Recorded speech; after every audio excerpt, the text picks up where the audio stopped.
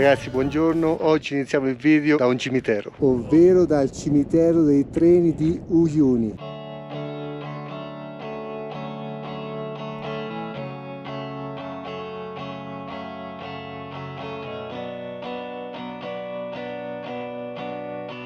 Pur essendo una tappa molto turistica non potevamo mancare. Queste locomotive risalgono al XIX secolo, al 1800, quando qui c'era una fabbrica che produceva appunto carrozze ferroviarie. Sono ormai diventati preda di murales, alcuni anche molto belli. Questa è la classica locomotiva che tutti disegnavamo da piccoli, forse perché tutti avevamo in mente le carrozze e le locomotive antiche, le primissime dopo la rivoluzione industriale. E forse le locomotive antiche rimarranno nella storia, anche se oggi sono cambiate, anche per i bambini del futuro rimarranno le più belle.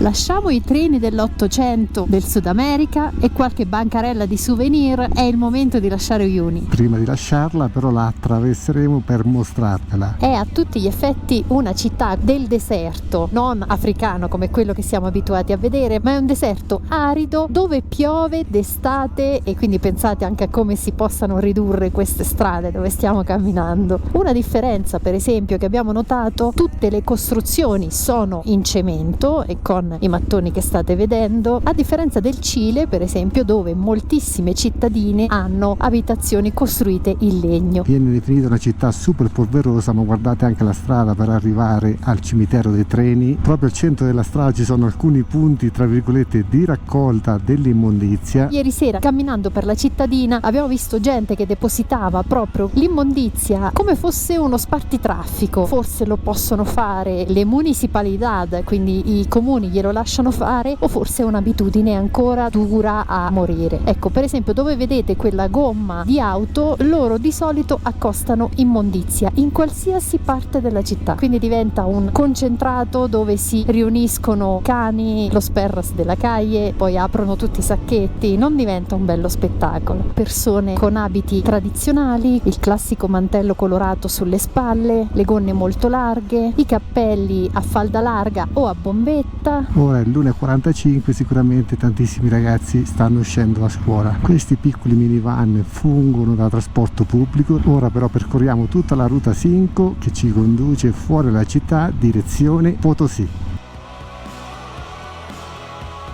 Come si esce dalla città, la strada diventa asfaltata. Pedaggio a 1 chilometro. Ora vediamo se come l'altra volta. Grazie. Ok, le moto non pagano. Grandissima Bolivia. Qua pesano i mezzi, potevamo pesare la Tenerona per vedere a pienissimo carico a quanto sale il peso. È una curiosità che prima o poi mi devo togliere. A grandi linee lo posso immaginare perché abbiamo pesato un po' tutto prima di partire, però avere il numero esatto mi incuriosisce. È un territorio difficile quello dove è posizionata Uyuni e quello di tutto il territorio dell'altipiano meridionale della Bolivia.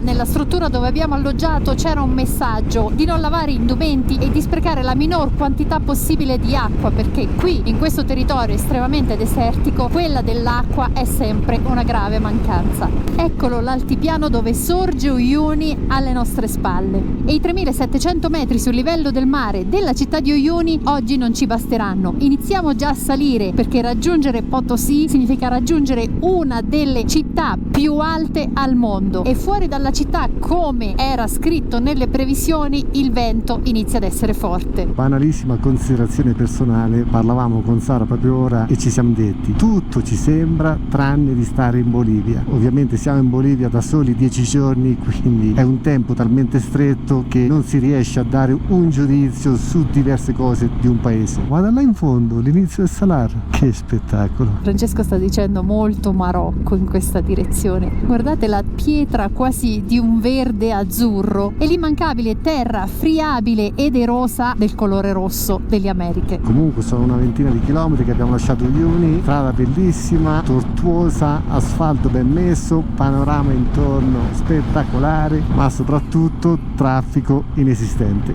Guardate la roccia e in fondo un fiume ormai in secca.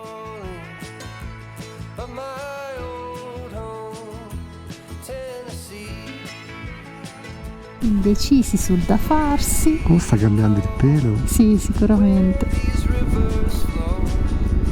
Con calma, padrone della strada. Tra quanto è bello che sei lungo la strada, loro stanno tranquilli. Bellissima la natura.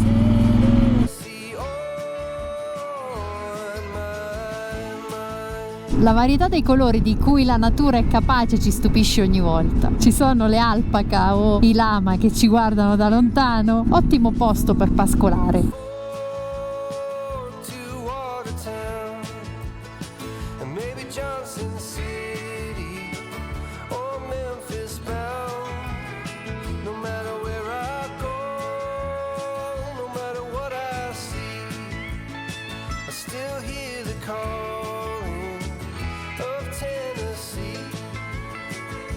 Di nuovo piccolo insediamento con tetti in paglia e la bandiera della Bolivia che sventola. Casine sparute anche sulle colline e i classici recinti che abbiamo imparato a riconoscere per il bestiame. Formazioni geologiche particolarissime. Strada pazzesca, peccato che sia alzato leggermente il vento, altrimenti la strada, il contesto è bellissimo. Guardate la natura, quello che fa, è incredibile. Più fa le cose diverse, più differenzia e più si diverte. Se siamo a 3700 metri sul livello del mare, non oso pensare a quanto sia alto questo monte che abbiamo di fianco. Primo paesino incontrato e ovviamente ci sono loro, darci il benvenuto. Quei piccoli.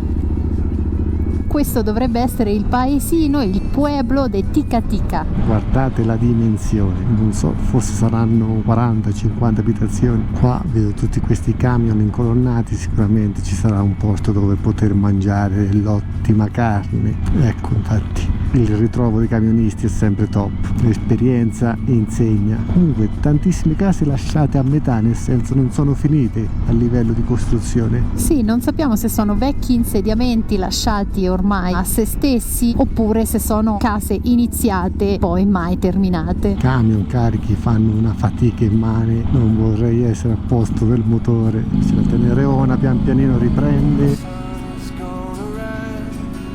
Una strada fantastica e poi si inizia a salire perché dobbiamo superare i 4000 metri.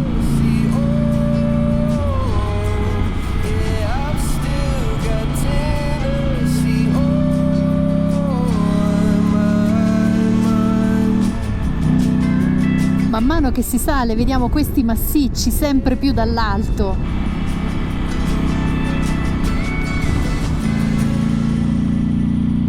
La strada è più bella che mai, la vedete? Serpeggiare tra le montagne. E i massicci si aprono come ventagli. Anche quella boliviana è una terra ciclopica, terra dei dinosauri, senza dubbio. Ma soprattutto chi se l'aspettava una strada del genere in Bolivia? Questo è un po' quello che penso sempre. Si tende a dare un giudizio per sentito dire. Bisogna toccare con mano per parlare. Ora siamo saliti e ora si scende vertiginosamente. Nonostante le gomme tassellate, nonostante ce l'ho ancora un po' sgonfie per il ripio dell'altro giorno e nonostante superiamo i 5 quintali, la Tenerona danza abbastanza bene. Siamo il freno motore. Questo paesaggio boliviano è la ciliegina sulla torta di questa seconda stagione sudamericana, perché a differenza dei territori argentino e cileno, le montagne sono ricoperte finalmente di vegetazione, morbide e imponenti. Non dimenticate che siamo a 4000 metri, eccole, si susseguono senza sosta, immense. L'asfalto ha un grip pazzesco. Ma poi non c'è nessuno. Guardate che non si spostano. Guardate, guardate. Non hanno paura, c'è anche un piccolo, sta mangiando. Mi dà un senso di libertà vedere gli animali lungo la strada pazzesco. Io non so come spiegarvelo. Però ovviamente questo si può verificare perché gli spazi sono infiniti e il traffico è praticamente vicino allo zero, altrimenti sarebbe impossibile. Ma guardate che spettacolo che si apre davanti ai nostri occhi. questa montagna poi ricoperta di cactus, sembra quasi un vulcano. La Bolivia ci sta letteralmente sorprendendo. Siamo nella Valle del Pelca e la solita abitudine sudamericana di scrivere i nomi sulle rocce tramite pietre bianche in modo che sia leggibile anche da lontano. Tutti i tetti in lamiera ondulata. Ecco il Pueblito. Panorama fantastico, estremamente selvaggio.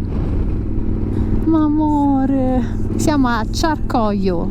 Pensa a vivere a Charcoyo, colori bellissimi. Guardate i disegni sulle montagne, evidente espressione di una roccia friabile. Pensate a vivere in un insediamento come questo, i bisogni che si possono avere e anche il modo per soddisfarli.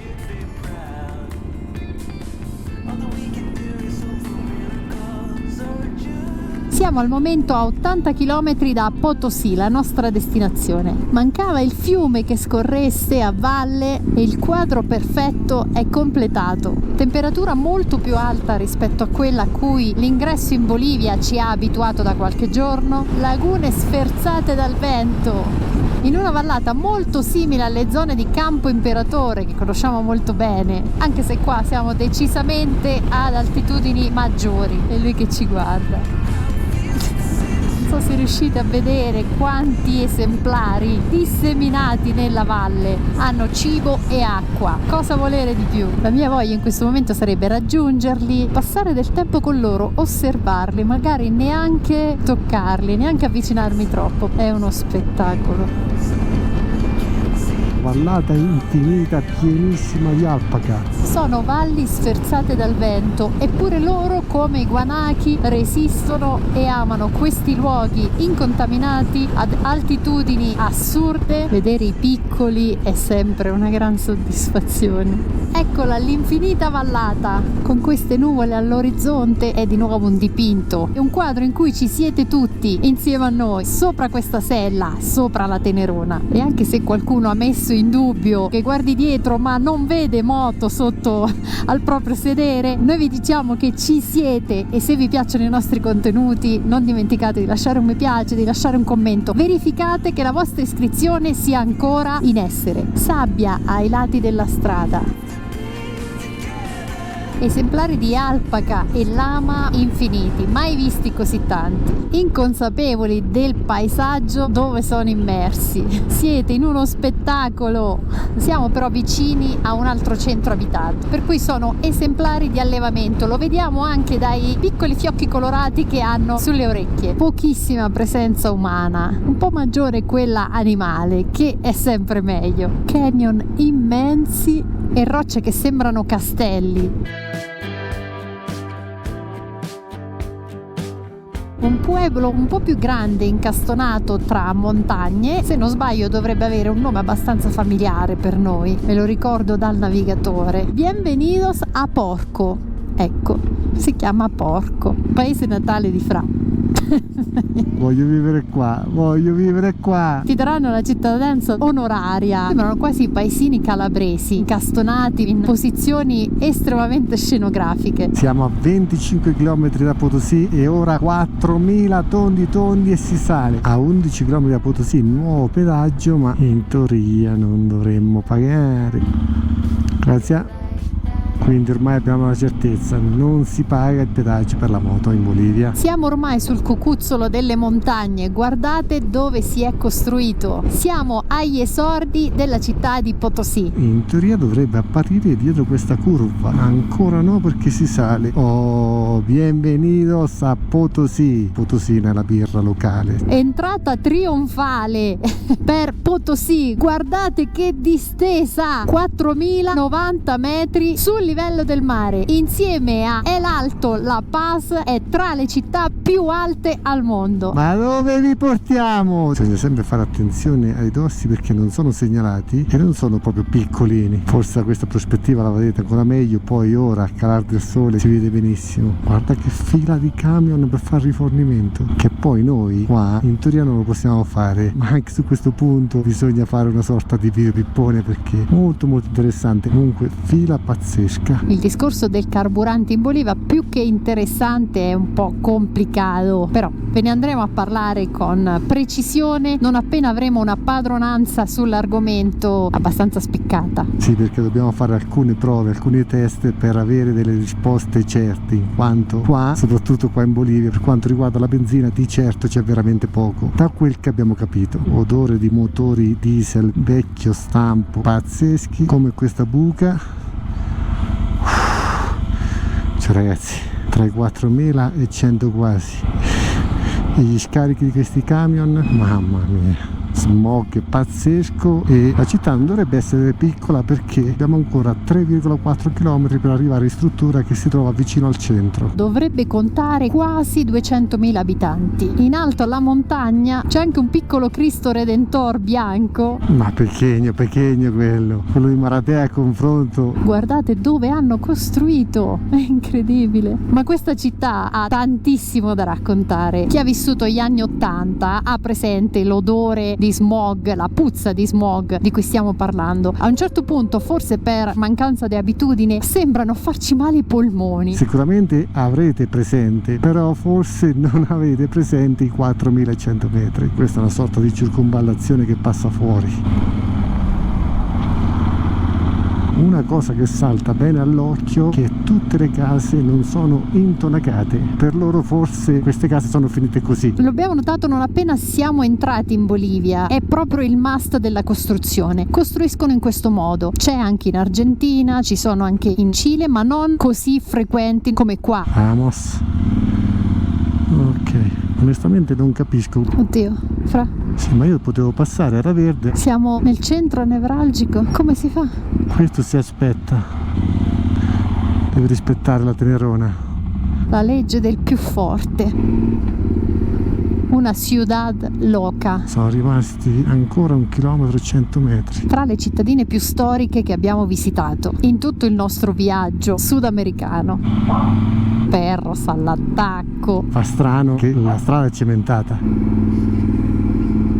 Cioè, guarda quei musi di questi camion. Tonio, Volvo! Anche Tommy! Io qui devo andare a sinistra, ma non ci posso andare. Vediamo se riusciamo a... Quindi Google sta un po' sbagliando.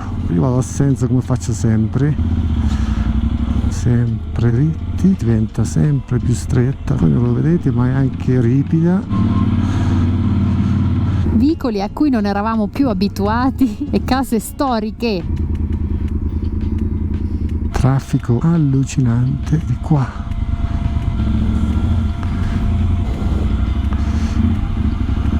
Stile quasi andaluso per questi palazzi. Evidentemente i conquistadores spagnoli provenivano dal sud della Spagna, perlomeno quelli che piombarono in Bolivia. Siamo finiti in piazza. Bella! Dicono che Francisco Pizarro assegnò questa zona a suo fratello. Qua devo andare a sinistra. Lui non sembrava molto interessato all'Alto Perù. Spettacolo! La strada è chiusa. Bellissima! Cambiamo strada. Sembriamo piombati in Spagna, davvero. Guardate che palazzo! Terrazzi quasi medievali.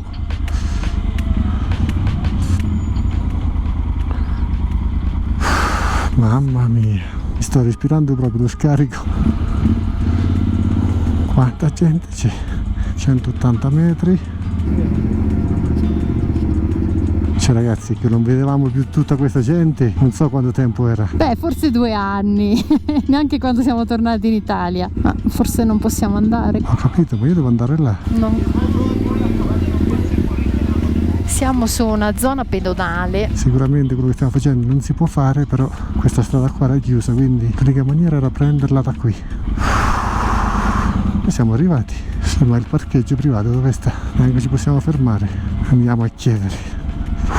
Che sudata, ragazzi. Arrivati a destinazione, quella porta che vedevate di fianco alla moto praticamente era la porta del garage. Ogni tanto una botta di beep ci vuole. Adesso facciamo le ultime operazioni che dobbiamo fare, usciamo per andare a mangiare qualcosa e vi raccontiamo qualcosa di Potosí. Proprio come due scemi, sono quasi le 6 di pomeriggio e non abbiamo fatto pranzo. Ma questa cosa di non fare pranzo ce la portiamo avanti da circa 5-6 giorni? Cioè il fisico si sta adattando, cioè nel senso sto cercando di far adattare il fisico a Sara in maniera tale che si risparmia su un pasto. Facciamo uno al giorno. Ma 5 giorni mi sembrano più che sufficienti. Più che sufficienti per adattarsi. Ah, importantissimo, info che potrebbe essere utile. Ci ha detto il ragazzo della reception che in moto non ti dicono quasi nulla. Io ho detto, siamo passati sull'isola pedonale e lui mi ha detto, guarda che stai tranquillo che in moto non ti avrebbero detto nulla, mentre in macchina sono molto fiscali.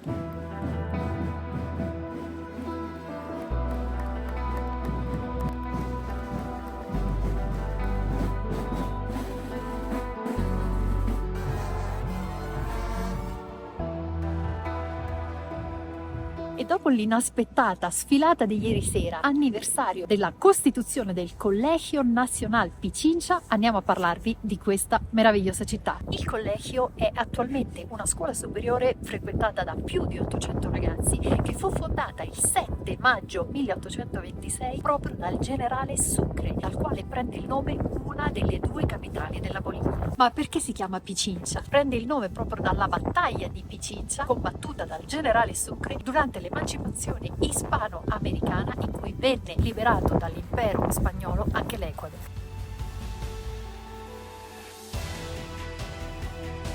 La Bolivia, nonostante insorse per prima, ottenne l'indipendenza dall'impero spagnolo per ultima, il 6 agosto 1825. Ma perché è così importante la città di Potosí? Il 1 aprile 1545 gli spagnoli ordinarono la costruzione di questa città. Alla base del Cerro Rico, infatti, vennero scoperti grandissimi giacimenti di argento. C'è un'espressione spagnola per cui si dice vale un Potosí, vale un montón, tantissimo. Ma c'è anche una voce che gira tra i boliviani. Si dice che con l'argento che gli spagnoli rubarono e portarono in patria da Potosí si sarebbe potuto costruire un ponte in argento da Potosí alla stessa Spagna. L'estrazione dell'argento cambiò le sorti dell'impero spagnolo. Per 3 secoli si estrasse senza sosta, fino a quando iniziò a terminare. A metà 800 lo stesso prezzo dell'argento diminuì e da questa perdita Potosí non si è mai ripresa del tutto. Si estrasse poi anche stagno, ma oggi l'estrazione principale riguarda zinco e piombo. Siamo a 4090 metri sul livello del mare. Potosí, insieme a El Alto, La Paz, è tra le città più alte al mondo. Una città che stupisce tantissimo arrivando, ma quello che più ci ha lasciato senza fiato è la sua architettura coloniale, le sue viuzze molto strette e i suoi terrazzi in legno lasciti spagnoli.